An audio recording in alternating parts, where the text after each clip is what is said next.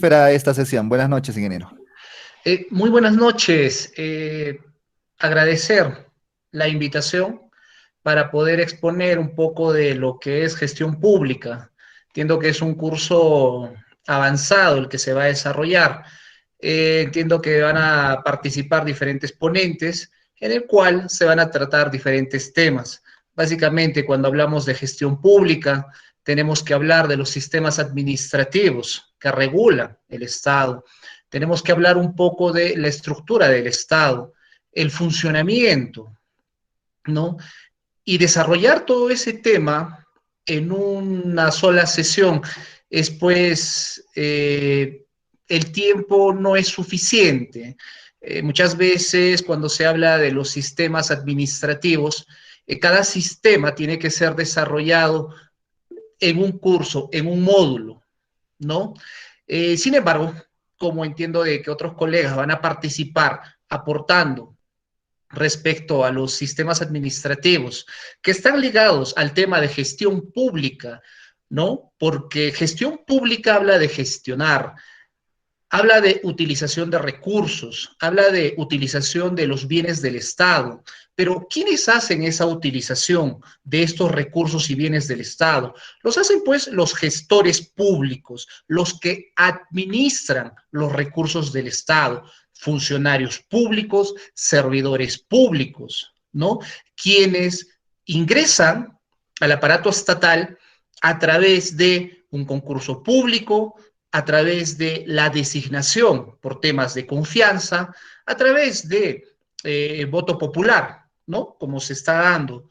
Estamos viviendo ahora una coyuntura política en la cual se ha notado un fraccionamiento como nunca antes se había visto, ¿no? De los partidos políticos.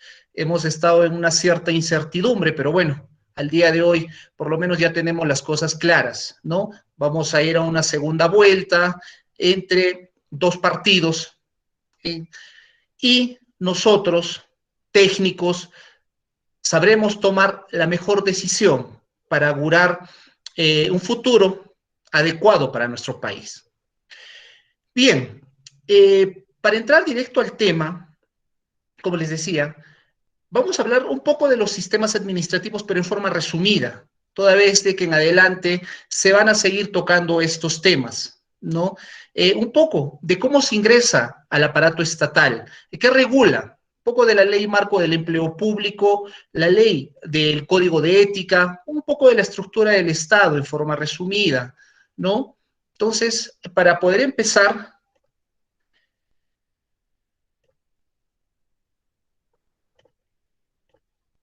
se ha preparado un pequeño material.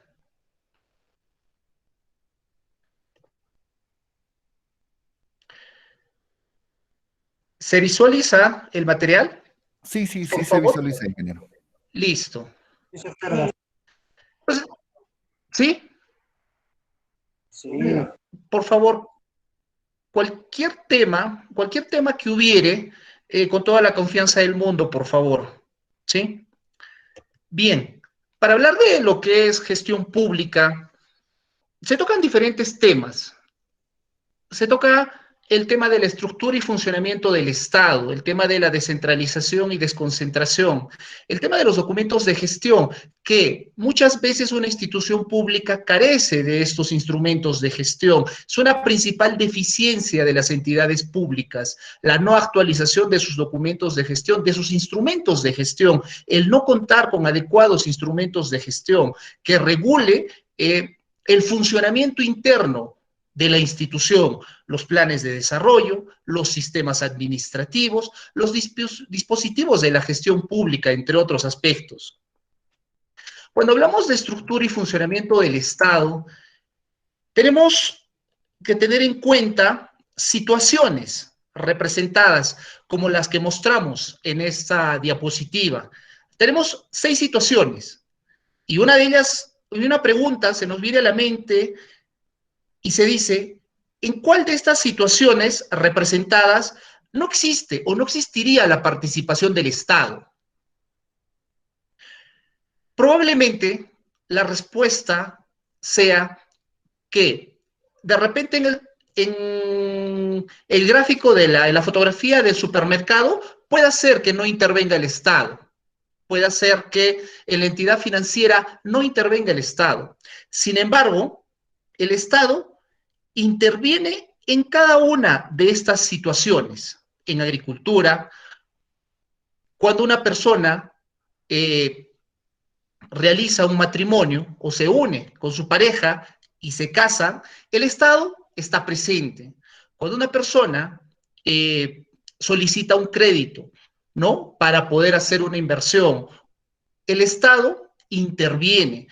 Interviene cuando una pareja decide tener un hijo, ¿no? Porque el Estado garantiza el tema de el servicio que le va a brindar a este bebé respecto al tema de seguro de vida, seguro de social, ¿no? Respecto a su documento de identidad, el tema de educación, etcétera. El Estado interviene o está presente en cada una de nuestras actividades. ¿Qué es el Estado? El Estado viene a ser un conjunto de instituciones que poseen autoridad y potestad para poder establecer las normas. Estas normas regulan a la sociedad.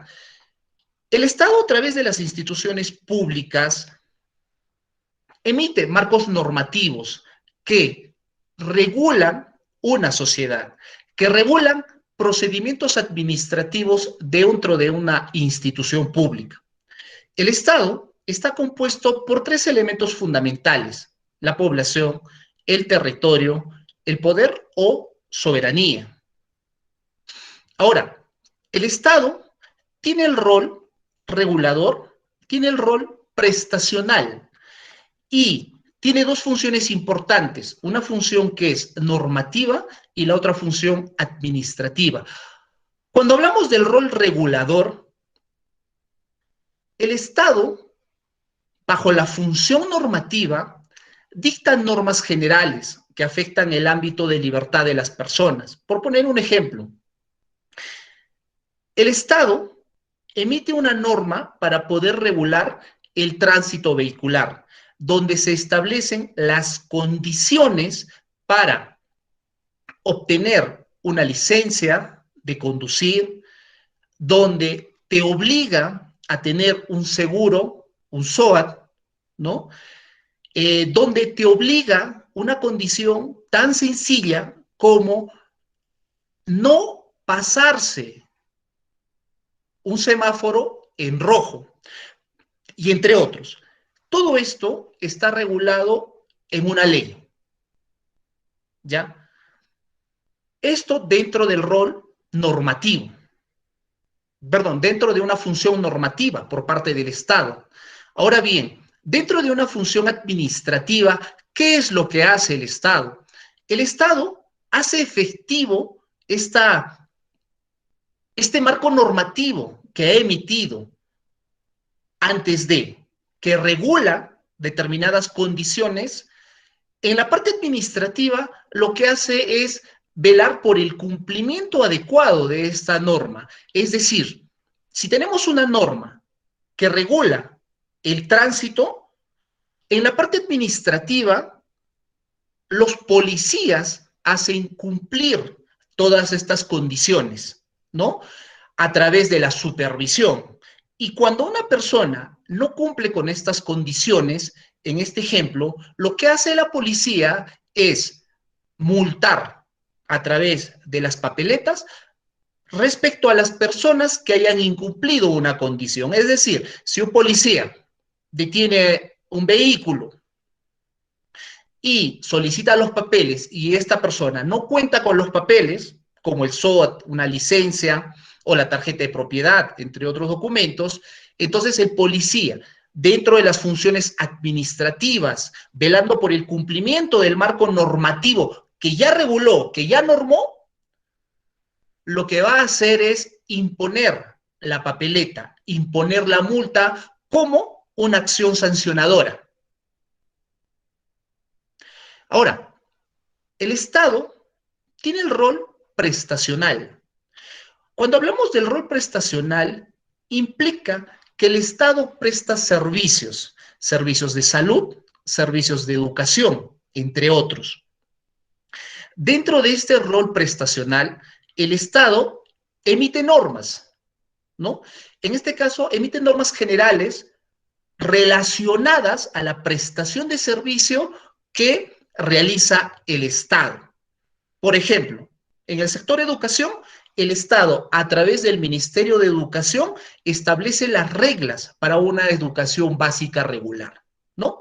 El Ministerio de Educación emite normas técnicas para el tema de procesos de matrícula, el tema de el mantenimiento de los locales escolares, el tema del no cobro, ¿no? De las ASPAFAS, ¿ya? Todo eso está normado en un marco normativo, donde está establecido esas condiciones, ¿ya? Que estas están relacionadas respecto al rol prestacional, porque entendamos que en el sector público, en temas de educación, el Estado presta ese servicio de forma gratuita. Entonces, en esta parte, el Estado cumple a través del Ministerio de Educación con la emisión del marco normativo, ¿no? Que regula, ¿ya? El sistema educativo dentro de la función normativa. Ahora bien, dentro de una función administrativa, ¿qué hace el Estado dentro del rol prestacional? El Estado lo que hace es, como el caso similar, garantizar el cumplimiento de este marco normativo. El Estado, en este caso del rol prestacional, el Estado administra los colegios donde se brindan el servicio de la educación básica. Entonces, el Estado tiene tanto el rol regulador como el rol prestacional, y en temas de función tiene la función normativa y la función administrativa. El Estado se organiza según la separación de poderes, ¿ya? Esta separación de poderes, ¿qué evita? Evita de alguna manera que haya una concentración absoluta del poder. Por esa razón, se tiene poderes en el Estado: el poder legislativo, el poder judicial y el poder ejecutivo, ¿no? Ahora, cada uno de ellos realiza pues funciones específicas, ¿no? Y de tal manera que estos tres poderes tienen que trabajar de forma coordinada para lograr los fines dentro del Estado respecto a las políticas públicas, ¿no? Porque si bien son poderes independientes, pero tienen que trabajar coordinada y conjuntamente para poder lograr determinadas, la materialización de determinadas políticas públicas. Ahora bien, como todos sabemos, dentro del poder legislativo, el poder legislativo lo que hace es legislar, ¿no? El poder legislativo puede aprobar, puede modificar o puede derogar una ley.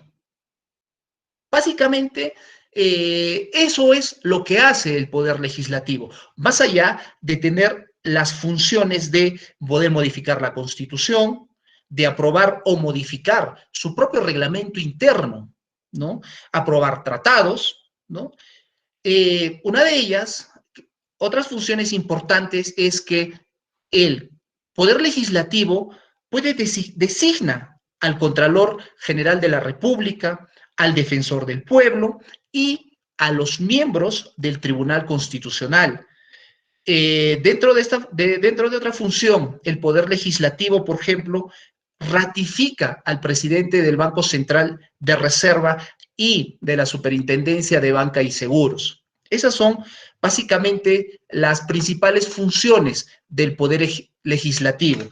Recordando y haciendo hincapié de que el Poder Legislativo es el único ente que puede aprobar, modificar o derogar una ley. Bien, ahora, el Poder Judicial. El Poder Judicial es un poder del Estado que se encarga de solucionar de forma definitiva un conflicto jurídico. Por ejemplo, si tenemos una controversia, si tenemos respecto a la posesión de un bien, de un terreno, y no podemos solucionarlo, acudimos al Poder Judicial. ¿Para qué?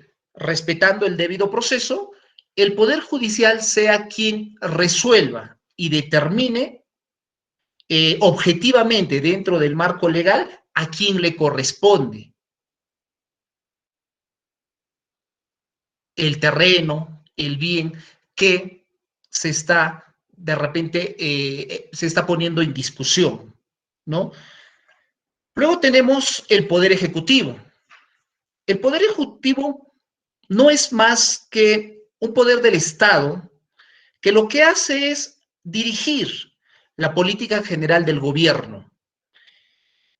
El Poder Ejecutivo administra el presupuesto público, administra los recursos públicos del Estado, implementa o reglamenta las leyes y vigila y garantiza que el marco normativo, que las leyes, sus reglamentos se cumplan en estricto cumplimiento, valga la redundancia, a las condiciones establecidas en el marco normativo. Dentro del Estado peruano, o dentro de la estructura del Estado peruano, se tiene también los organismos constitucionalmente autónomos. Estos organismos han sido creados para salvaguardar el Estado de Derecho. Dentro de los organismos constitucionalmente autónomos tenemos el Jurado Nacional de Elecciones, la Oficina Nacional de Procesos Electorales, el RENIEG, el Tribunal Constitucional, el Ministerio Público, la Junta Nacional de Justicia, el Banco Central de Reserva, la misma Contraloría General de la República, la Defensoría del Pueblo, la Superintendencia de Banca y Seguros, ¿no? Estas entidades no dependen de ningún poder del Estado, son autónomos, ¿no? Como había indicado, pero son autónomos para poder salvaguardar el Estado de Derecho. Asimismo, dentro de esta estructura y funcionamiento del Estado encontramos los gobiernos locales, los gobiernos regionales, ¿no? Que garantizan o regulan dentro de su jurisdicción aspectos inherentes. Cuando hablamos de gestión pública, les había mencionado que hablábamos de gestores públicos, de empleados públicos que administran los recursos del Estado de forma eficiente, de forma correcta. ¿Con qué finalidad? Con la finalidad de poder satisfacer, pues, las necesidades de la ciudadanía, ¿no? Cuando hablamos de gestión pública, la gestión pública la podemos definir como el conjunto de actividades o acciones que se realizan para poder alcanzar los fines del interés público. Gestión pública refiere también a la aplicación de todos los procesos, de todos los procesos e instrumentos propios de una administración pública para lograr los objetivos de desarrollo y de bienestar en la población. Es una especialidad que se enfoca en la correcta y eficiente administración de los recursos del Estado, a fin de satisfacer las necesidades de la ciudadanía e impulsar el desarrollo del país. Los que administran los recursos del Estado vienen a ser los funcionarios o servidores públicos, quienes tienen la responsabilidad de poder administrar adecuadamente estos recursos. Lamentablemente, se ha encontrado mucho que muchos funcionarios, muchos servidores públicos, al asumir un cargo, no velan por la correcta administración de estos recursos. Por el contrario, muchas veces velan por sacarle algún beneficio, por sacarle algún provecho a estos recursos del Estado. ¿Cómo así?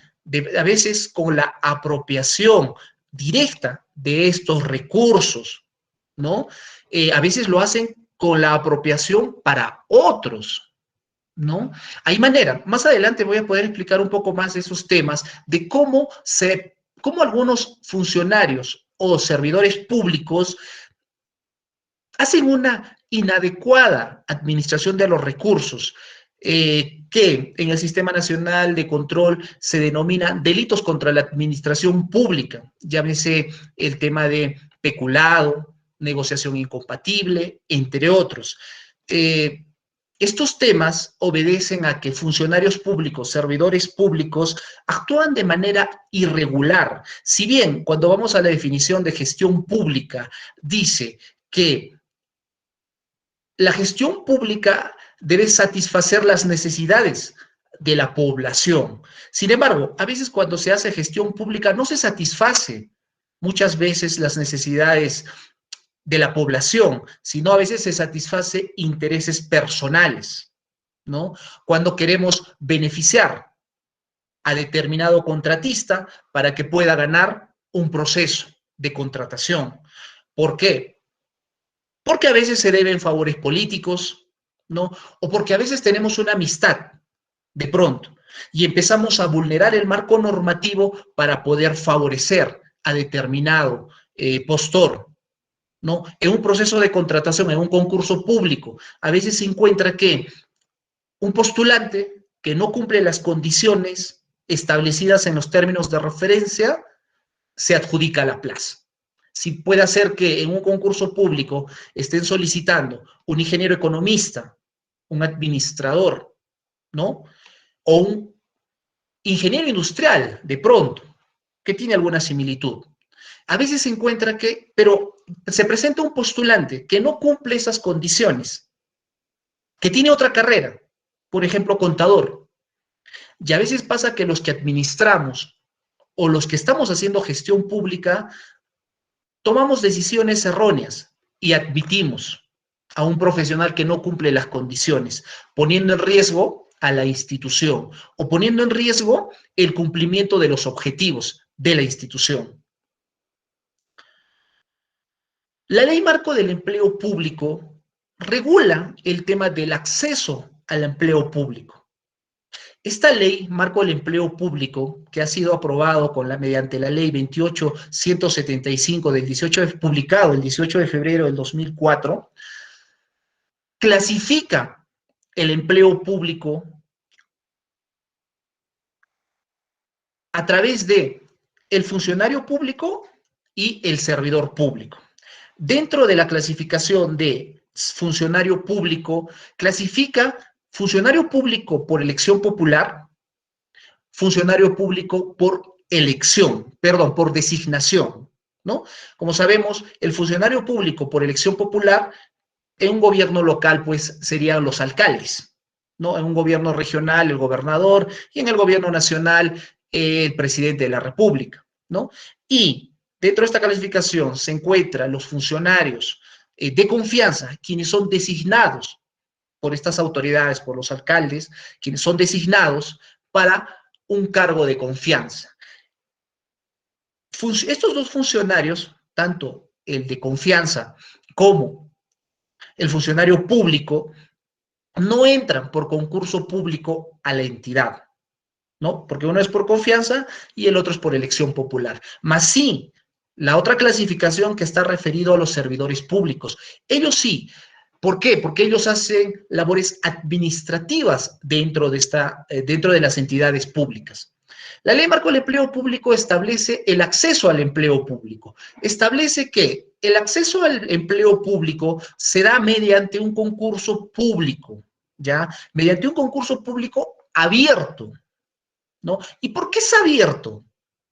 Porque dentro de este concurso público no se puede restringir la participación de los postores. Ahora, dependiendo del puesto para el que se va a contratar. Es decir, si yo necesito un tesorero, contrataré pues un contador, ¿no? Que es afines, pero no voy a contratar un ingeniero industrial, ¿no? En la oficina de planeamiento y presupuesto, si deseo contratar o convocar a concurso público, en los términos de referencia estableceré que se pueda necesitar un ingeniero economista o un economista, ¿no? Porque, bueno, sabemos que en otras universidades emiten el título de economista. ¿Podrá ser un contador? Claro que sí, porque son afines para esa rama, ¿no? Se ha visto casos también incluso en el cual se incorporan hasta ingenieros estadísticos, ¿no? Pero, perdón, cuando haces los términos de referencia para el tema del acceso al empleo público, puedo poner esas tres condiciones. Entonces, el concurso público es abierto para cualquiera de estos tres profesionales. Pero, ¿qué pasa si yo convoco a proceso de selección, ¿ya? Y solicito para el área de planeamiento y presupuesto un contador? Lo que estoy haciendo es restringir la participación de otros profesionales. Entonces, cuando hablamos de la ley marco del empleo público, dice concurso abierto, sin restricción, pero depende mucho de los instrumentos de gestión, ¿no? Del perfil que se necesite para el desarrollo de las funciones inherentes a esta área. Los requisitos para la convocatoria. Varios requisitos. Y el más principal, dentro de la ley marco del empleo público, es que los postulantes, el requisito para la convocatoria, está referido a la entidad. Me estaba equivocando con el requisito de los postulantes. El requisito de la convocatoria está referido a la entidad. Es decir, yo como entidad, ¿cuál es el requisito para que yo pueda convocar? Ya, es que esa plaza deba estar dentro del CAP, cuadro de asignación del personal, ¿no? Esa plaza debe estar incorporada dentro del cuadro de asignación de personal. Esa plaza debe estar debidamente presupuestada. ¿Por qué? Porque hay entidades, por ejemplo, pasa en las unidades ejecutoras de la Dirección Regional de Educación, por ejemplo, que si bien la plaza está dentro del cuadro de asignación de personal, sin embargo no se cuenta con el presupuesto.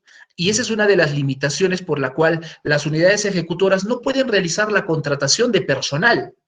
Está dentro del CAP, están cumpliendo con un requisito, sin embargo no tienen el presupuesto, ¿no? Esa es una de las limitaciones. Entonces, dentro de la ley marco del empleo público, para poder convocar, la plaza debe estar dentro del CAP y debe estar debidamente presupuestado dentro del presupuesto analítico de personal. Los requisitos para postular. Uno de los requisitos principales y fundamentales es que los postulantes cumplan con las condiciones establecidas en las bases, en los términos de referencia que diseña la propia entidad. Ahora, ¿qué pasa si existe un incumplimiento a las normas de acceso al empleo público? La ley marco señala que frente a un incumplimiento de las normas de acceso al empleo público, todo el proceso es nulo. Y es así, porque cuando uno no cumple una sola condición, ¿ya? Deviene en un vicio. Y al devenir en un vicio, ese proceso es nulo. Me explico mejor. Por ejemplo, me presento a un concurso público, ¿ya? Donde piden ingeniero economista titulado, pero yo soy bachiller, pero me presento, ¿no? Y como el presidente de la comisión es mi amigo, me hace ganar. Entonces, hay un vicio por un incumplimiento a los términos de referencia. Ahora, claro, no debería de proceder. Alguien por ahí dirá, pues, oye, pero eso no procede. Efectivamente, no procede porque estoy contraviniendo el marco normativo, estamos contraviniendo las normas que la propia entidad ha establecido, ¿no? Entonces, ¿qué pasa? De que todo ese proceso es nulo. Es más, bueno, más adelante en el procedimiento administrativo se habla de eso, ¿no? Cuando un procedimiento administrativo no cumple una sola condición, al no cumplir una sola condición, el proceso administrativo tiene que ser retrotraído. Caso contrario, el proceso, si continúa, es un proceso nulo. Pero bueno, eso está referido más a la ley general, ¿no? De procedimiento administrativo general, perdón. ¿Ya? Acá estamos hablando solo de incumplimiento de las normas de acceso. Entonces, una de las condiciones es que se deba cumplir. Y si en caso que no se cumpliera, es nulo ese proceso. Cuando hablamos de prohibición, una de las prohibiciones importantes, que si no me equivoco está en el artículo 9 de la Ley Marco del Empleo Público, habla de la prohibición de la doble percepción por parte de los funcionarios o servidores públicos, que de repente se da mucho en las instituciones públicas. ¿A qué refiere esta prohibición? Esta prohibición de doble percepción habla de que si yo vengo laborando en una institución pública, ¿no? Paralelamente no podría laborar en otra institución pública. Yo puedo estar laborando en la Dirección Regional de Educación, pero no podría paralelamente prestar servicios a un gobierno local, a un gobierno regional, ¿no? A eso refiere la prohibición establecida en la Ley Marco del Empleo Público relacionada a la doble percepción. Pero claro, existe una excepción. La excepción es que realizando labores administrativas podemos realizar la labor docencia. La Constitución y la misma Ley Marco del Empleo Público señalan que no se incurre en esta prohibición de la doble percepción si yo realizo labores administrativas y me acojo al tema de la excepción de realizar docencia, sea en una entidad pública. Ahora, en una entidad privada se puede hacer también, claro que sí. El tema es que no se tiene que superponer, ¿no?, el tema del horario. Y aparte que son regímenes distintos. A eso refiere el tema de la prohibición respecto a la ley Marco del Empleo Público. Ahora, las responsabilidades. Las responsabilidades inherentes a la Ley Marco del Empleo Público están relacionadas ¿a qué? A que el funcionario o servidor público, ¿ya?, debe asumir las responsabilidades administrativas, civiles o penales frente a un incumplimiento normativo, ¿no? Que en un tema es interesante el tema de las responsabilidades, porque se hace un análisis de cuándo uno, pues, contraviene, cuándo uno recae o cuando uno incurre en un tema de responsabilidad administrativo, civil o penal. Por ejemplo, en términos simples y un pequeño resumen, una persona, un empleado público, ya, cualquiera sea su clasificación, incurre en una responsabilidad administrativa cuando contraviene el ordenamiento jurídico, cuando contravienen las normas, cuando contraviene la norma interna de la propia institución. Una vez que ya contravino la norma, inmediatamente ya está incurriendo en un tema de responsabilidad administrativa.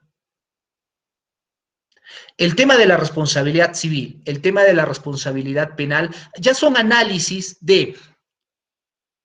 Lo primero que hace uno es contravenir un marco normativo, que ya incurrí en un tema de responsabilidad administrativa. Ahora, para saber si también tengo una responsabilidad civil, se tiene que tomar en cuenta si de mis actuaciones, si de haber contravenido el marco normativo, si no haber respetado el marco normativo, he generado o no un perjuicio económico al Estado. Si yo he generado un perjuicio económico al Estado, se me atribuye una responsabilidad civil, ¿no? Sea por omisión. Generalmente se da por omisión. Ahora bien, el tema de la responsabilidad penal ya es un tema cuando un empleado público, un funcionario público o servidor público actúa, como dicen los abogados, de forma dolosa, es decir, consciente de sus actos para poder defraudar al Estado, ¿no? Para poder defraudar al Estado tengo que contravenir el marco normativo, contravine. Ya incurrí en un tema administrativo. ¿Me beneficié o beneficié a alguien? Perfecto. Voy a recaer en un tema de una presunta responsabilidad penal. Dentro de la Ley Marco del Empleo Público se habla de la inhabilitación y rehabilitación. Efectivamente, cuando hablamos de responsabilidades, también se habla el tema de la inhabilitación y rehabilitación. La Ley Marco del Empleo Público, a través de un procedimiento administrativo disciplinario, ¿ya?, puede determinar una sanción. Esta sanción puede ser con una suspensión, puede ser un tema de una inhabilitación. Este procedimiento administrativo, obviamente, es un proceso, ¿no? Que lo ve el secretario técnico, hace un informe de precalificación donde puede recomendar, ¿no?, el tipo de sanción, dependiendo si es grave, si es una falta grave o si es una falta muy grave, la cual amerita de pronto el tema de una suspensión para el empleado público, ¿no? Ese es un procedimiento. Ahora, ¿cuál es el término del empleo público? El término del empleo público se puede dar, pues, por temas de término de la ejecución contractual, el tema de una renuncia, un despido, ¿no? Entre otros.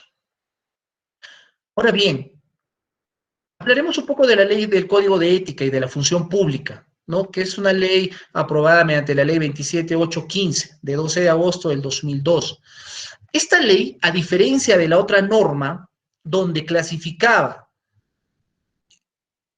funcionario público, funcionario de confianza y servidor público, la ley del Código de Ética generaliza y señala que todo funcionario público de confianza o servidor es denominado como empleado público para el Estado.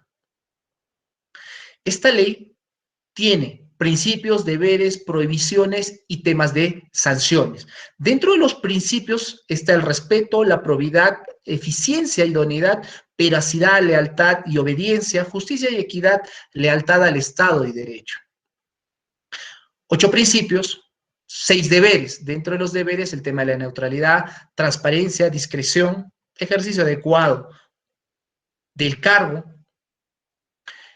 Dentro de los deberes, el tema de la neutralidad es un tema que en estos tiempos se ha estado vulnerando. ¿A qué refiere el tema del deber de la neutralidad para un empleado público dentro de la gestión pública? Refiere a que un empleado público debe ser neutro. Por ejemplo, hemos estado viendo el tema de las elecciones. Mucha gente, muchos empleados públicos que han estado haciendo su campaña política. El tema no es con los que hacen su campaña política, el tema es con los empleados públicos que en el ejercicio de su función realizan o realizaron el proselitismo político. La ley del Código de Ética dice que un empleado público en el ejercicio de sus funciones debe mantener la neutralidad para no hacer el tema de proselitismo político. Y en muchas entidades se ha visto que empleados públicos, de repente, por tener una afinidad con determinado partido, venían, ¿no?, apoyando. Es más, venían pidiendo permiso de pronto de la entidad para hacer unas labores personales y se encontraba a través de imágenes, de fotografías, realizando un tema de proselitismo político, lo cual está prohibido, ¿no? Un empleado público debe ser neutral, no puede estar, y menos si está ejerciendo función pública. El deber de transparencia habla de que todo empleado público debe de que las actuaciones del empleado público deben ser transparentes, ¿no? Que la información que se genera dentro de la institución es transparente. Tenemos las prohibiciones éticas referidas a los intereses de conflicto, a que no se debe obtener ventaja indebida, que no se debe sacar provecho para sí, ¿no? Hablábamos de una de las prohibiciones que está relacionada con el tema de neutralidad, realizar actividades de proselitismo político. El tema de hacer mal uso de la información privilegiada, que muchos empleados públicos a veces utilizan la información para poder beneficiarse. Respecto a las sanciones, se habla de la amonestación, la suspensión, multas hasta 12 UITs, la resolución contractual, la destitución o despido. Estas sanciones básicamente son dadas o materializadas luego de un proceso administrativo. Los sistemas administrativos. Los sistemas administrativos están regulados en la Ley Orgánica del Poder Ejecutivo. Los sistemas administrativos vienen a ser, pues, mecanismos de control. Tienen por objeto regular la acción de todas las entidades del Estado y los organiza, ¿ya? La meta es velar que el uso de los recursos se haga de manera eficiente, es decir, que no haya, pues, desperdicios, aprovechamiento ni mal uso de los mismos. Los sistemas administrativos dentro del Estado, tenemos 11 sistemas administrativos. Gestión de recursos humanos, abastecimientos, presupuesto público, tesorería, endeudamiento público, contabilidad, inversión pública, planeamiento estratégico, defensa judicial del Estado, el sistema administrativo de control y la modernización de la gestión pública. Ahora, cada sistema administrativo tiene una entidad rectora. Por ejemplo, el Sistema Nacional de Planeamiento Estratégico tiene como entidad rectora al CEPLAN, el Centro Nacional de Planeamiento Estratégico. El Sistema Nacional de Presupuesto, ¿no?, dentro del Ministerio de Economía y Finanzas, a la Dirección General de Presupuesto. El Sistema Nacional de Contabilidad, a la Dirección Nacional de Contabilidad. Sistema de Tesorería, a la Dirección Nacional de Tesorería.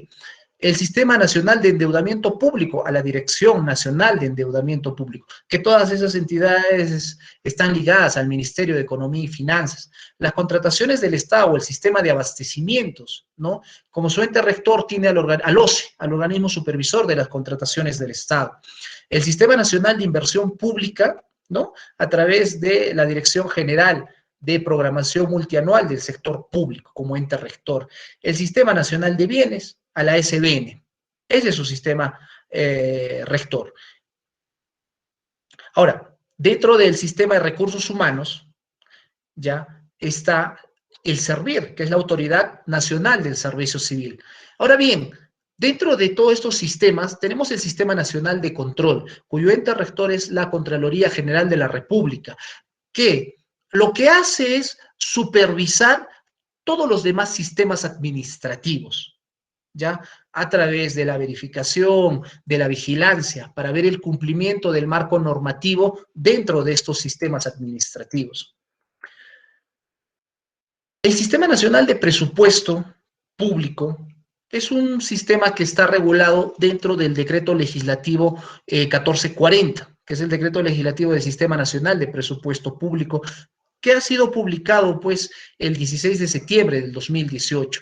Este sistema regula lo que es el proceso presupuestario, o sea, es decir, la determinación de ingresos y gastos por parte del Estado. Dentro de este proceso presupuestario, el proceso presupuestario está compuesto por 5 etapas: la programación, la formulación, la aprobación, la ejecución y la evaluación del presupuesto público. El Sistema Nacional de Tesorería lo que hace es regular la administración de fondos públicos de todas las entidades del sector público. La norma que regula este Sistema Nacional de Tesorería es el Decreto Legislativo 1441, publicada el 16 de septiembre del 2008. Entre otros, ¿no?, estas son las leyes generales, ¿no?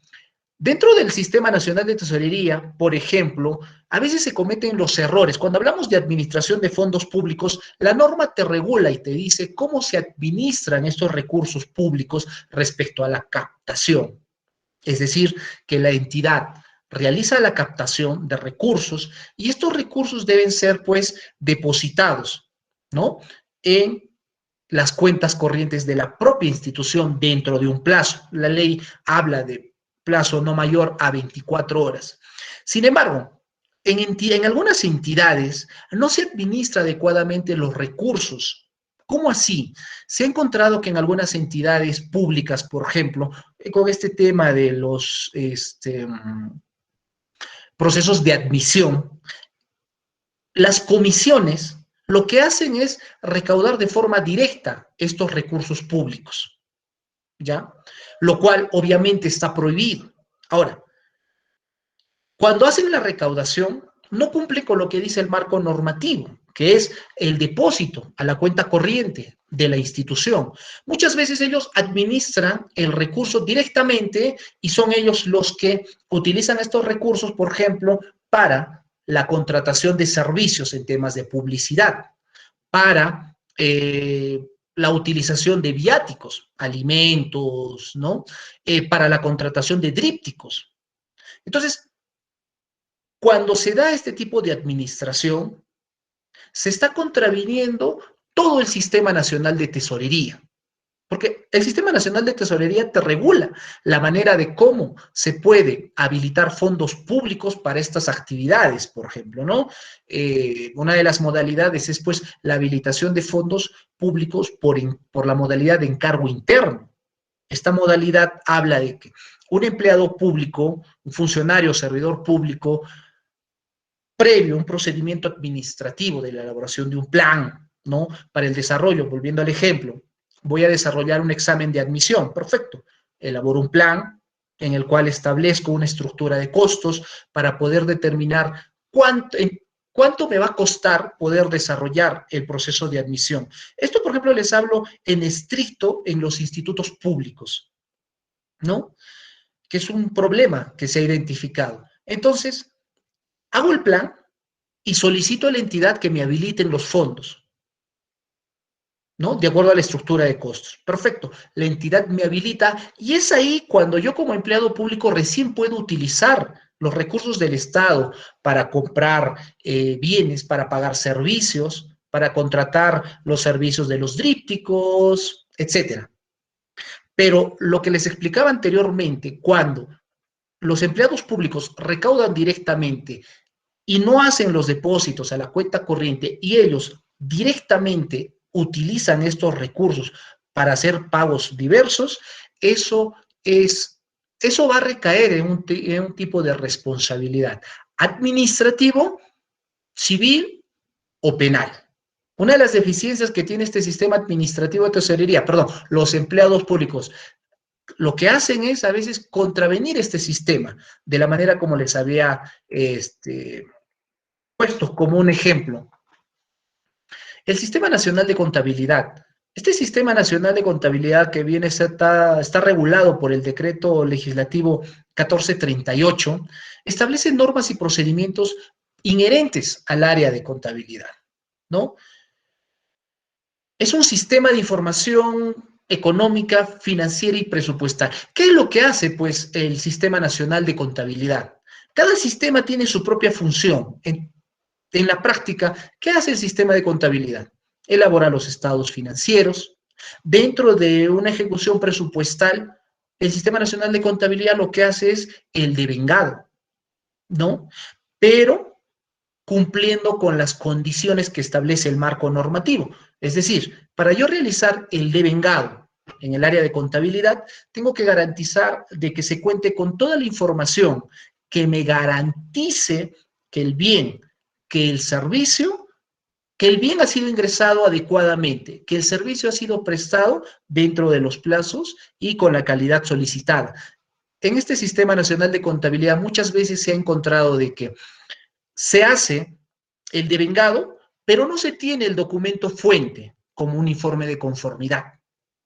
Se ha visto que a veces se pagan órdenes de servicio sin tener el informe de conformidad. Se hace el devengado, perdón, pero no se tiene la suscripción, ¿no? Por parte del área usuaria, por ejemplo, respecto a la prestación del servicio, pero se ha hecho el devengado, ¿no?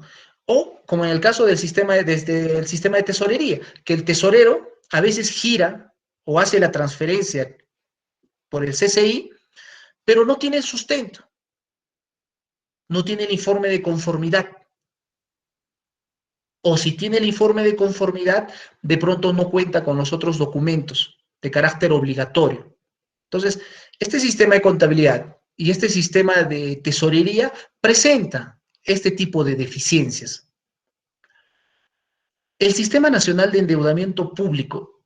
Este sistema, pues, es un conjunto de normas y procedimientos que está orientado, pues, al logro de una eficiente administración del endeudamiento a plazos mayores a un año, ¿no? De las entidades y organismos del sector público.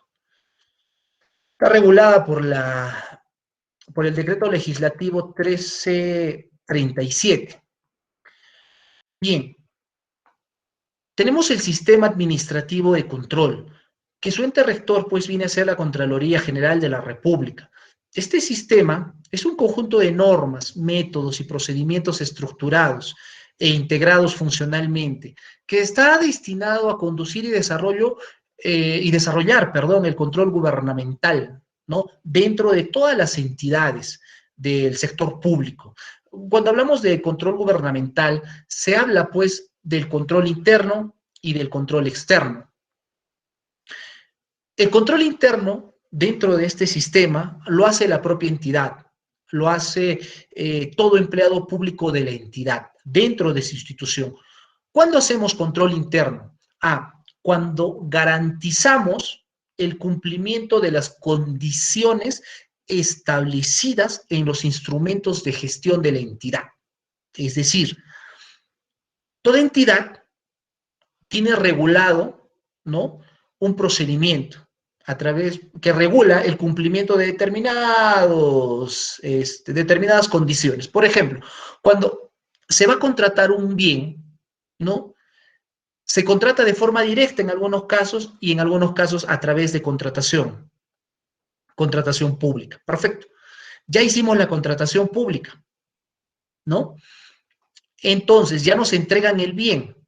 Perfecto. El área usuaria tiene que salir a garantizar, dentro del control interno, tiene que salir a garantizar y verificar las condiciones contractuales de este bien que ha adquirido. Es decir, la calidad, la cantidad, el plazo de la condición contractual, ¿no? Y, de ser el caso, realizar pruebas cuando fueran necesarias, ¿no? Por ejemplo, si estás adquiriendo un vehículo, el área usuaria verificará pues, que cumpla con lo que se ha solicitado. Eso es hacer control interno por parte del área usuaria, ¿no? Cuando el contador va a hacer el devengado, al hacer control interno, hace un tema de control previo generalmente. Eso implica que todos los documentos estén dentro del expediente para sustentar y avalar el devengado. Entonces, eso es hacer control interno. Es inherente a la institución. Y luego viene el tema de control externo. El control externo está dado tiene tres tipos de control en realidad. El control externo lo realiza la Contraloría General de la República a través del control previo, a través del control simultáneo y a través del control posterior. El sistema administrativo de abastecimiento está regulado por el organismo supervisor de las contrataciones del Estado. ¿Qué implica? Implica procesos y actividades, ¿no?, que desarrollan las propias entidades, ¿ya? Es decir, un proceso para la determinación de una necesidad. Dentro de una institución debe haber una necesidad para poder adquirir un determinado bien. Una de las deficiencias que se encuentra en las entidades públicas es que a veces no existe la necesidad. Oiga, pero tenemos plata y muchas veces en el último trimestre tenemos que gastar, ¿no? Oiga, compremos. Y no se respeta el tema de la determinación de la necesidad. En un correcto funcionamiento se tiene que primero determinar la necesidad para poder satisfacerla a través de la adquisición de un bien, de la contratación de un bien, de la contratación de un servicio. Entonces, el organismo supervisor de las contrataciones del Estado regula este sistema administrativo para realizar contratos, ¿no?, o para la realización de adquisición de bienes o servicios, también obras, ¿no? Hay un procedimiento, actos preparatorios, procedimiento de selección y el tema de ejecución contractual. El sistema administrativo de recursos humanos o de gestión de recursos humanos, su ente rector pues es la Autoridad Nacional del Servicio Civil. Es un sistema administrativo que establece y desarrolla las políticas del Estado respecto del servicio civil. El servir emite, pues, normas que contienen principios, ¿no? Los cuales regula, emite procedimientos, ¿no? Para regular el tema específico de lo que es recursos humanos a través de la ley 30052, si no me equivoco. Finalmente, tenemos los sistemas administrativos del INVIERTE-P o el Sistema Nacional de Programación Multianual y Gestión de Inversiones y el Sistema Nacional de Planeamiento Estratégico, ¿no? En el Sistema Nacional de Programación Multianual y de Gestión de Inversiones es un sistema, ¿no? Que es un sistema administrativo del Estado que a través de un conjunto de principios, métodos, procedimientos y normas técnicas certifica la calidad de los proyectos de inversión pública. Y estos proyectos de inversión pública están orientadas pues a la mejora de la capacidad prestadora de todos los servicios públicos del Estado. El Servicio Nacional de Planeamiento Estratégico, su finalidad es coordinar y viabilizar el proceso de planeamiento estratégico nacional para poder promover y orientar el desarrollo armónico y sostenible del país. Estos 11 sistemas están relacionados a los sistemas administrativos. Perdón, el sistema de defensa jurídica del Estado y el sistema administrativo de modernización de gestión pública. Estos 11 sistemas básicamente están relacionados al sistema administrativo, ¿ya? Ahora bien, tenemos el sistema funcional que en un inicio habíamos hablado. Todo lo demás engloba el sistema administrativo. Y esta parte acá son los sistemas funcionales respecto a entidades.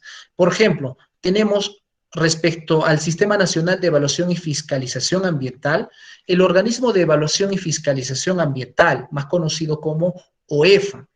Esta entidad está encargada, pues, de la fiscalización ambiental, ¿ya? ¿Qué hace?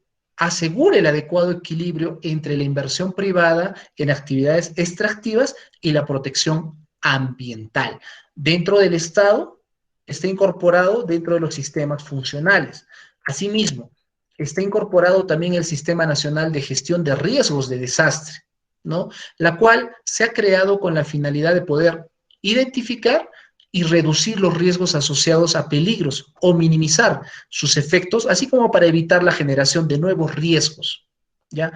La entidad competente es el INDECI, el Instituto Nacional de Defensa Civil. Ellos son, pues, los responsables de poder coordinar, facilitar y supervisar el tema de la formulación, ¿no? Para que se pueda implementar las políticas nacionales del Plan Nacional de Riesgo de Desastres, ¿no? A nivel nacional.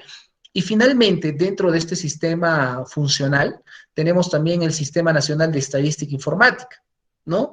Que tiene como ente rector al Instituto Nacional de Estadística e Informática, ¿ya? Que esta institución es una institución responsable de normar, de emitir normas, ¿no? De planear, de poder dirigir, de coordinar y supervisar todas las actividades estadísticas que sean oficiales dentro del país, dentro del Estado peruano. Estos sistemas, hasta aquí, son los sistemas funcionales. Ahora bien, con ello, más o menos se tiene una forma de un resumen de lo que es el tema de gestión pública y los sistemas administrativos. Esto debido a que, bueno, me habían comentado que el tiempo era 1 hora, ¿no? Y debido a que, como ven, estos sistemas administrativos no se pueden exponer detalladamente, ¿no? O la gestión pública no se puede exponer detalladamente para el tiempo que nos han dado. Se ha tratado de hacer un pequeño resumen, toda vez de que entiendo, como les había indicado, de que se va a realizar o se va a exponer cada sistema, ¿no? Por cada profesional. Espero que haya servido la disertación, el tema que se ha tratado, ¿no? Espero que haya sido de ayuda y pueda contribuir en algo al curso que se viene desarrollando. Si hubiera alguna duda, algún tema, quedo a disposición de ustedes. gracias, ingeniero, por la interesante ponencia. Y es verdad que si hablamos de gestión pública y más aún de sistemas administrativos, es muy amplio cada uno de estos sistemas administrativos, ¿no? Si hablamos, por ejemplo, del CIAF, tiene bastantes módulos, ¿no? El InvierteP de igual manera, ¿no? Trabaja con lo que son las fichas técnicas, fichas simplificadas, entre otros. Bueno, si hubiera alguna consulta con relación a esta sesión, vamos a agradecer que puedan activar el micrófono o en su defecto puedan escribir en el chat del aplicativo para que se pueda hacer mención al ponente el día de hoy que nos habló pues sobre los sistemas administrativos del Estado. Cabe indicar que el ingeniero economista Rodrigo Antonio Figueroa Rodríguez no es egresado de la Universidad Nacional del Altiplano, tiene una maestría en administración con mención en gerencia y control de gobiernos locales y regionales, así también una maestría en contabilidad y finanzas con mención en auditoría y peritaje contable judicial.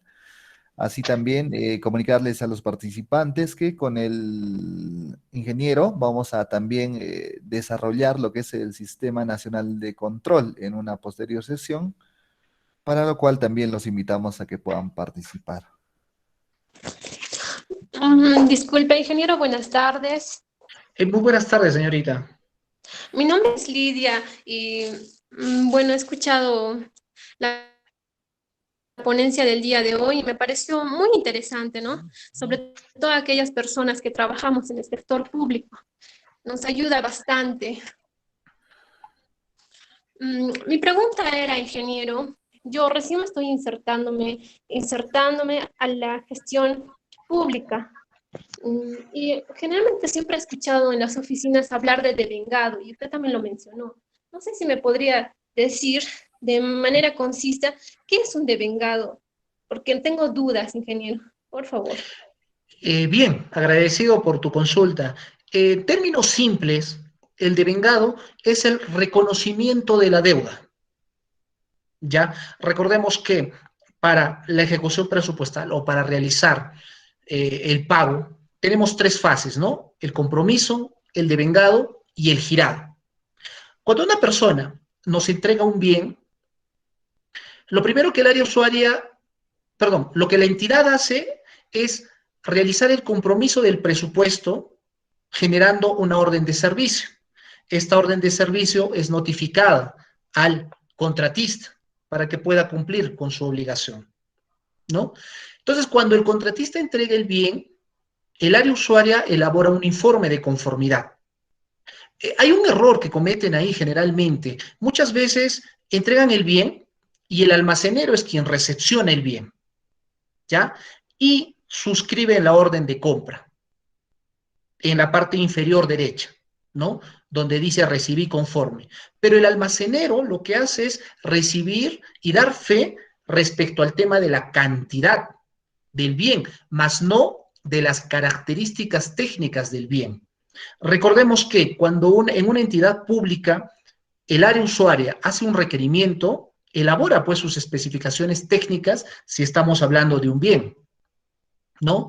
A veces el bien llega, como digo, el almacenero lo recepciona, firma la orden de compra y con esa orden de compra inician el trámite y se van al área de contabilidad. Y en el área de contabilidad corresponde pues hacer el tema del devengado. Como dije, el devengado simplemente es el reconocimiento de la obligación. Ya es decir, voy a reconocer que te tengo que pagar, ¿no? Estoy reconociendo mi deuda, que tengo que pagar.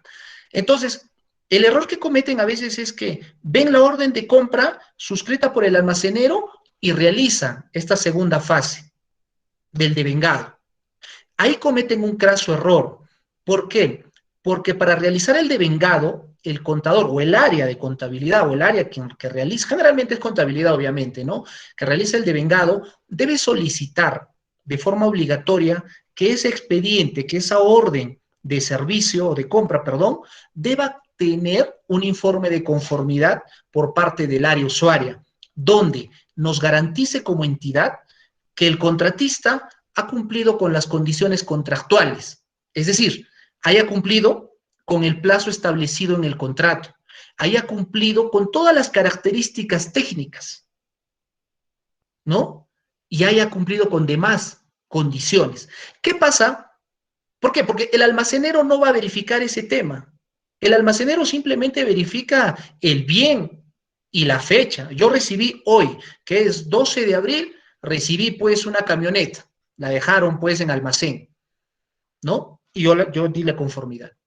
El error que cometen con eso, inician el trámite. No. Lo que debe pasar ahí es que si por A o B a contabilidad para hacer el devengado llega solo la orden de compra, esta debe ser rechazada y debe regresar al área usuaria. ¿Para qué? Para que el área usuaria emita un informe de conformidad y me diga, antes de hacer el devengado, me diga, el contratista ha cumplido con el plazo. El contrato decía 10 días, perfecto. ¿Ha cumplido con los 10 días hábiles para entregar el bien? El contratista ha cumplido con las características que nosotros como entidad hemos solicitado. De pronto hemos solicitado una camioneta 4x4. ¿Y cómo sé que es 4x4? Y resulta que la camioneta es 4x2 de pronto. ¿Por qué? Porque el almacenero no conoce, pues. ¿No? De pronto yo solicité como entidad una camioneta blanca y me están entregando un color gris. Pero yo, contador, yo que hago la fase del devengado, yo no voy a hacer ese trabajo. Pero sí debo garantizar que deba tener el expediente este informe de conformidad. Y de esa manera yo realizo el devengado. ¿No? ¿Para qué? Para que posteriormente pase al área de tesorería y ellos puedan culminar con el pago. El peor error que he visto siempre en las entidades públicas es el que les mencionaba. Tengo entendido que el encargado me ha invitado para un tema de disertar específicamente el Sistema Nacional de Control, que es un sistema muy interesante y es muy amplio en realidad, pero voy a preparar un material más entendible con estos casos que se presentan en el día a día, en los diferentes sistemas administrativos. Generalmente, más como les decía en el tema de contabilidad, en el sistema de abastecimientos, y incurren en muchas, o sea, tienen muchas deficiencias respecto al requerimiento, respecto a la determinación de las especificaciones técnicas o los términos de referencia. A veces los términos de referencia los direccionan, ¿no? Porque yo quiero que gane Juan Pérez, vamos a direccionar el proceso a su perfil. Y pido como condición que haya realizado una maestría en estructura de costos en la Universidad de Saturno, por ponerles un ejemplo. Eso es un error porque yo ya direcciono. Como le decía, hay áreas en las cuales podría, por ejemplo, para la tesorería, podría, generalmente pues solo es un contador, ¿no? Pero hay que ver qué dicen sus instrumentos de gestión. Ahí sí solicitaría un contador. Pero, por ejemplo, para el área de planeamiento y presupuesto, como le decía, ¿solicitaría un contador en estricto? No, puedo hacer un concurso más abierto, evitar el tema de las restricciones, garantizar la concurrencia de mayor postores, o sea que se habla pues de pluralidad de postores. Entonces, dentro del sistema administrativo generalmente se presentan la mayor cantidad de deficiencias, ¿ya? Pero volviendo a la consulta que me hacías, en temas de contabilidad tienes que tener cuidado siempre de que toda la documentación que llegue a esta área deba tener el sustento antes de realizar el devengado. No se puede realizar un devengado si no se tiene el sustento. Ha pasado en algunas entidades que hacen el devengado y el bien ni siquiera ha ingresado a la entidad. Oiga, ¿y por qué usted ha hecho el devengado ¿qué se llama? Si el bien no ingresó. Ah, no, es que si no hacía el devengado, iba a revertir el dinero. Oiga, pero si estábamos a primera semana de diciembre y el plazo vence el 15, a mediados de diciembre. Entonces, hay situaciones donde ya la hacen con otra finalidad. Oiga, hice el devengado, pero la orden solo la hice con la orden de compra. Sí, pero la orden de compra solo está firmada por el almacenero. ¿Corresponde? No corresponde. Entonces, cuando se incurre en ello, ya se está deviniendo en una falta administrativa, porque como les había dicho, cuando cuando incurre en falta administrativa, cuando contraviene el marco normativo.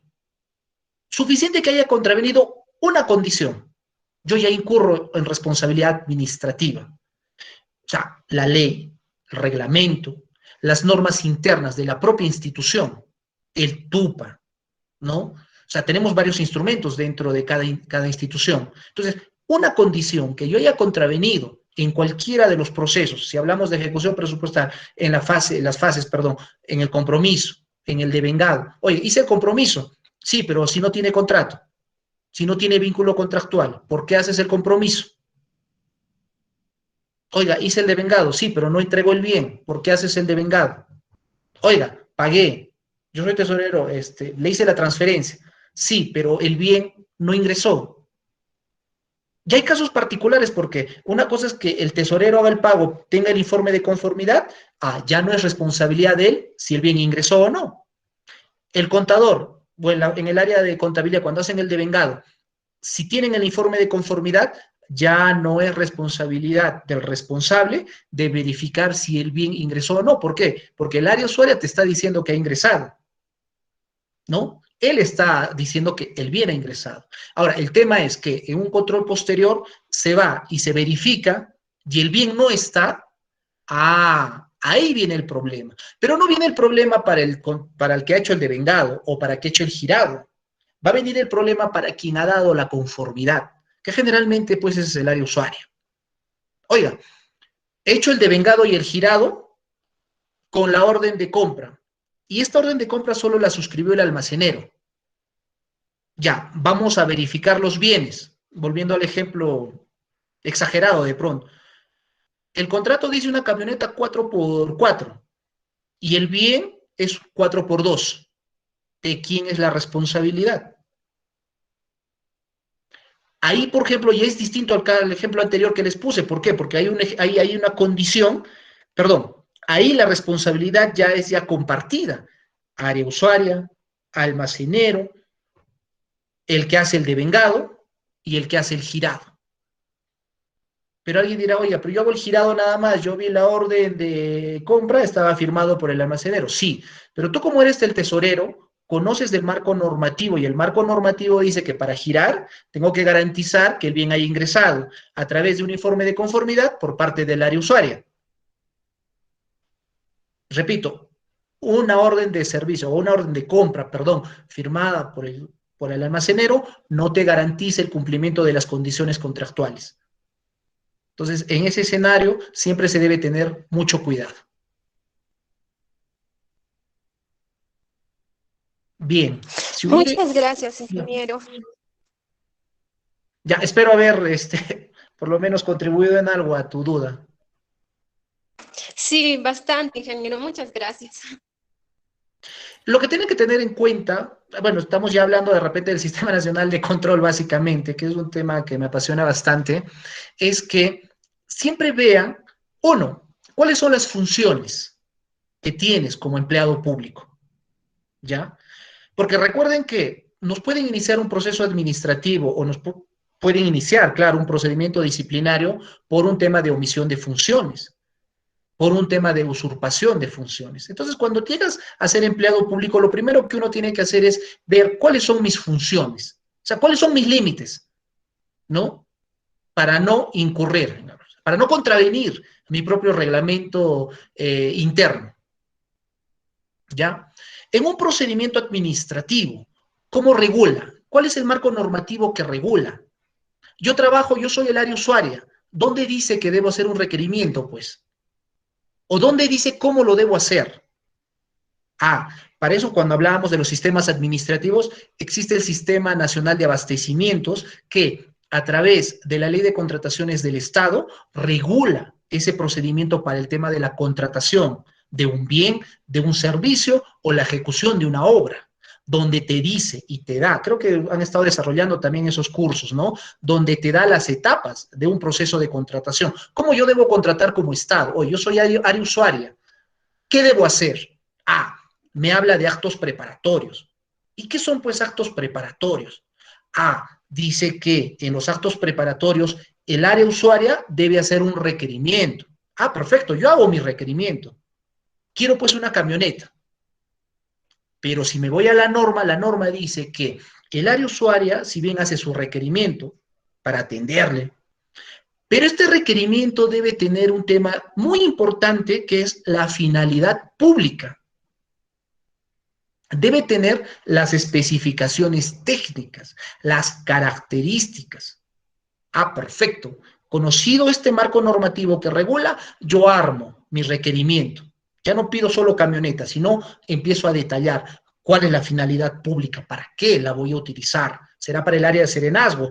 Ah, perfecto, tengo que sustentar el tema de la necesidad, ¿no? Tengo que detallar las especificaciones técnicas, tema de motor, chasis y las dimensiones, entre otros aspectos.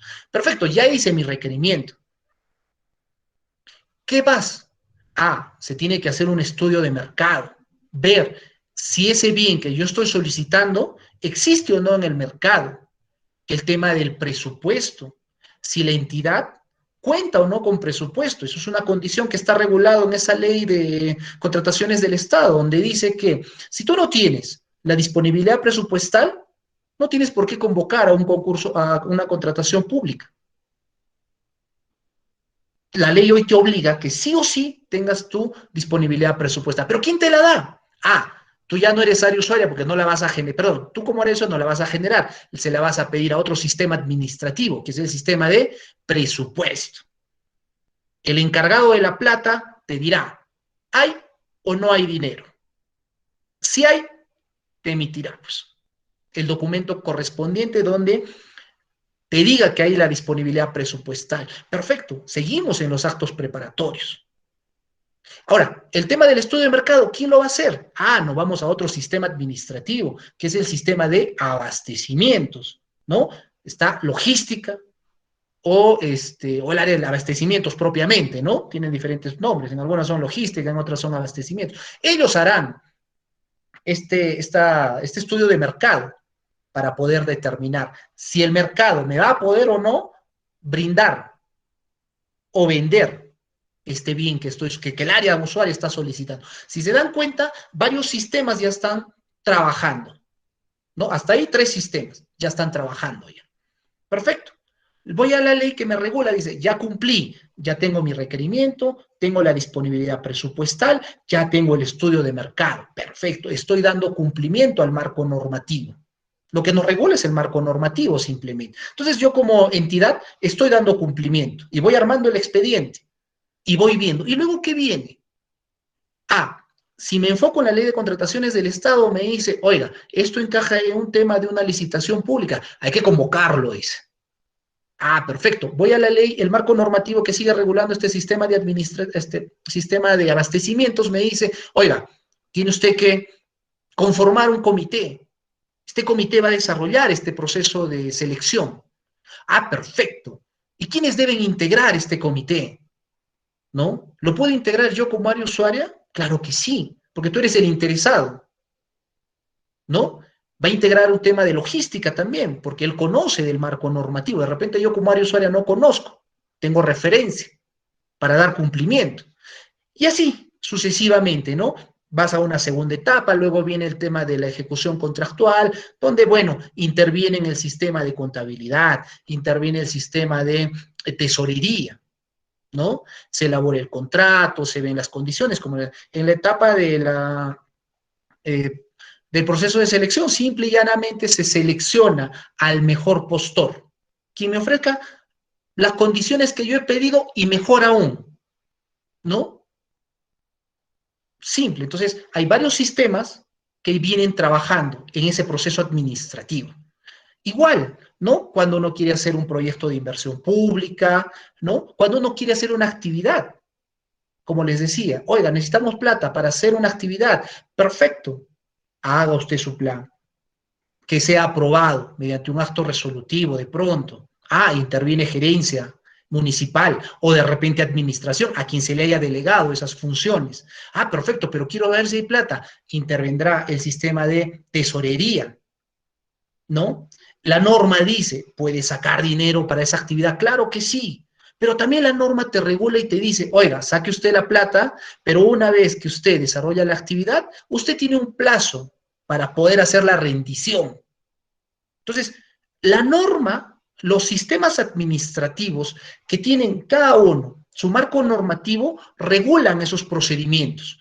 Y nosotros como empleado público, lo único que tenemos que hacer es verificar, revisar y dar cumplimiento a este marco normativo, a estas condiciones. Eso es lo único, ¿no? Pero claro, siempre se cometen errores, siempre.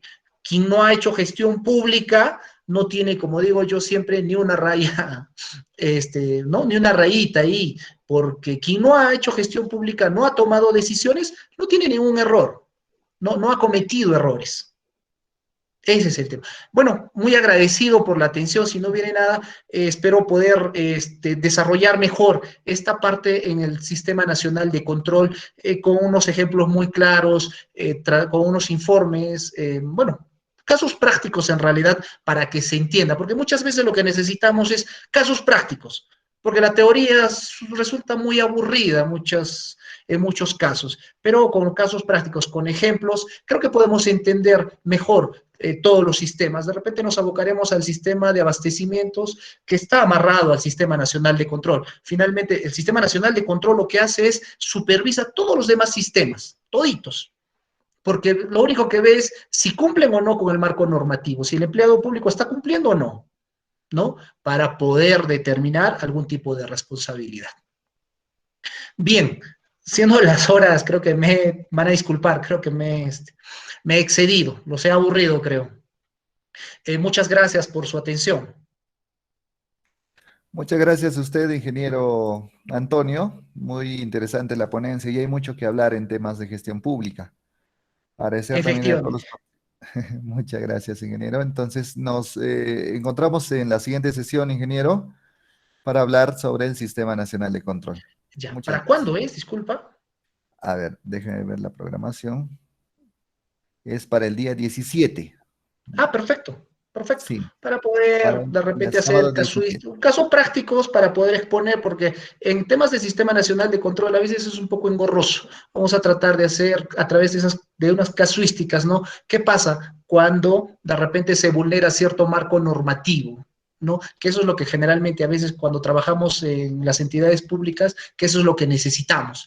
Y si por ahí alguien que ya viene elaborando instituciones públicas tiene un determinado caso que le haya pasado, lo podemos también discutir en esa sesión. Estoy muy agradecido con todos. Muchas gracias, ingeniero. Bueno, Listo, hasta la próxima oportunidad. Muy agradecido. Que pasen buena noche. buenas noches, ingeniero. Gracias a usted. Bueno, vamos a continuar con una segunda sesión. Ya está con nosotros el economista Rolando Carvajal Pérez. No sé si me escucha, economista. Buenas noches. Ingeniero, buenas noches. Ya estoy acá, listo y presto, Sí, esperando. está bien. Muchas gracias, ingeniero. Economista, disculpe. Vamos a hacer una breve presentación, ¿no? El economista Rolando Carvajal Pérez, ¿no? Es un profesional, pues, que cuenta con una maestría, ¿no? En gestión pública por la Universidad Nacional del Centro del Perú. También tiene una maestría en planificación y proyectos de inversión por la Universidad Nacional del Centro del Perú. Un título de economista por la Universidad Nacional del Centro del Perú. Agradecer, pues, a los participantes a que podamos silenciar los micrófonos. Y ya va a haber momento para poder hacer las consultas, ¿no? Que dieran al lugar con relación a la ponencia que se va a desarrollar. Así también el economista Rolando Carvajal Pérez, ¿no? Ha realizado, ¿no? Algunas capacitaciones, cursos relacionados al InviérteP, que es pues de su especialidad, ¿no? Así también ha venido laborando en algunas instituciones públicas y privadas, ¿no? Ya sea Cencico como consultor en la formulación de la consultoría, estudio de factibilidad para la implementación de la carrera de geodesia y topografía. Ha trabajado en la Municipalidad Distrital de Huasicancha, Huancayo, como gerente municipal. Ha cumplido las labores de responsable de la Oficina de Programación Multianual de Inversiones en la Municipalidad Distrital de Chupuro. Municipalidad Distrital de Pasos, también como jefe de OPMI y responsable del área de unidad formuladora, como planificador también en la empresa prestadora de servicios SEDAM Huancayo S.A., entre otras instituciones dentro de nuestro territorio peruano. Bueno, ahora sí, ingeniero, o mejor dicho, economista, estoy acostumbrado a decir ingeniero aquí en Puno. Los profesionales de la rama de la economía son pues ingenieros economistas, estimado Rolando. Muy buenas noches a su persona y agradecerle pues por la predisposición de acompañarnos el día de hoy a hablar un tema también importante, ya ingresando a lo que es los sistemas administrativos, ¿no? En esa oportunidad el sistema administrativo que vamos a desarrollar vendría a ser el InvierteP, ¿no? Más conocido como el InvierteP, el Sistema de Programación Multinacional y Gestión de las Inversiones, hablando sobre las competencias de los gobiernos regionales y gobiernos locales en la gestión de las inversiones públicas. Buenas noches, economista. Ingeniero, buenas noches.